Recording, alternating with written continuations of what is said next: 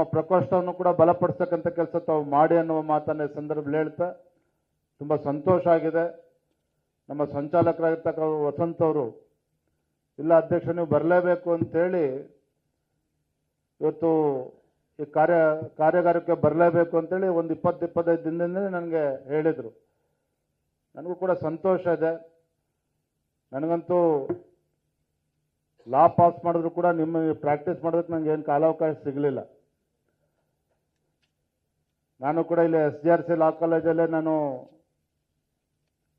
Pass out ಆಗಿ ಈಗ ಅನಿಸ್ತದೆ ನಾನು ಕೂಡ ಹೈಕೋರ್ಟಲ್ಲಿ ಸುಪ್ರೀಂ ಕೋರ್ಟಲ್ಲಿ ಒಂದು 8-10 ವರ್ಷ ಏನಾರ ಪ್ರಾಕ್ಟೀಸ್ ಮಾಡಿದಿದ್ರೆ ಬಹುಶಃ ಈ 10 ವರ್ಷದಿಂದ ನಾನು ಹಿಡಿಯೋದಕ್ಕೆ ಯಾರು ಕೈಯಲ್ಲಿ ಸಾಧ್ಯ ಆಗ್ತಿರಲಿಲ್ಲ. ಹೀಗೆ ಬೊಬ್ಬೆ ಹೊಡಿತಾರೆ.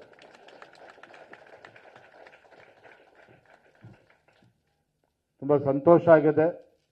ಭಾನುವಾರ ಆದರೂ ಸಹ ತಮ್ಮೆಲ್ಲ ಕೆಲಸ ಕಾರ್ಯಗಳನ್ನು ಬದಿಗಿಟ್ಟು ಇವತ್ತು ಕಾನೂನು ಪ್ರಕೋಷ್ಠಕ್ಕೆ ಒಂದು ಶಕ್ತಿಯನ್ನು ತುಂಬಬೇಕು. ಸಂಚಾಲಕರ ನೇತೃತ್ವ ನಾವು ಕೂಡ ಪಕ್ಷದ ಕೆಲಸಕ್ಕೆ ಜೋಡಿಸ್ಬೇಕು ಅಂತ ತಾವು ಬಂದಿದ್ದೀರಿ.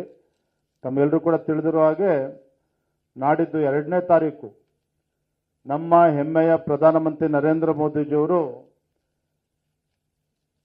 ಬಿಜೆಪಿ ಮೆಂಬರ್ಶಿಪ್ ಡ್ರೈವ್ ಅದಕ್ಕೆ ಚಾಲನೆ ನೀಡ್ತಾ ಇದ್ದಾರೆ. ನಾನು ಕೂಡ 4ನೇ ತಾರೀಕು ಬೆಂಗಳೂರಿನಲ್ಲಿ ಒಂದು ಚಾಲನೆ ನೀಡ್ತಾ ಇದ್ದೇನೆ.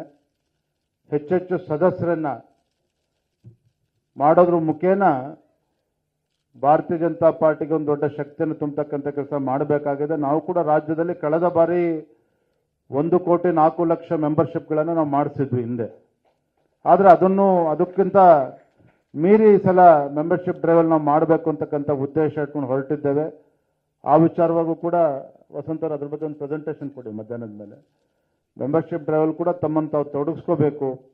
ಹೆಚ್ಚೆಚ್ಚು ಯುವತಿಯರನ್ನು ಈ ಮೆಂಬರ್ಶಿಪ್ ಡ್ರೈವಲ್ಲಿ ತೆಗೆದುಕೊಂಡು ಬರಬೇಕು, ಅವ್ರನ್ನೂ ಕೂಡ ನೋಂದಣಿ ಮಾಡಿಸ್ಬೇಕು ಅನ್ನುವ ಮಾತನ್ನು ಈ ಸಂದರ್ಭದಲ್ಲಿ ಹೇಳ್ತಾ ತಮ್ಮೆಲ್ಲರೂ ಕೂಡ ಶುಭವಾಗಲಿ, ಒಳ್ಳೆಯದಾಗಲಿ ಅಂತೇಳಿ ಹಾರೈಸ್ತಾ ತಮ್ಮೆಲ್ಲರೂ ಕೂಡ ವಂದಿಸಿ ನನ್ನ ಮಾತುಗಳಿಗೆ ವಿರಾಮಗಳನ್ನು ನೀಡ್ತಾ ಇದ್ದೇನೆ. ವಂದನೆಗಳು.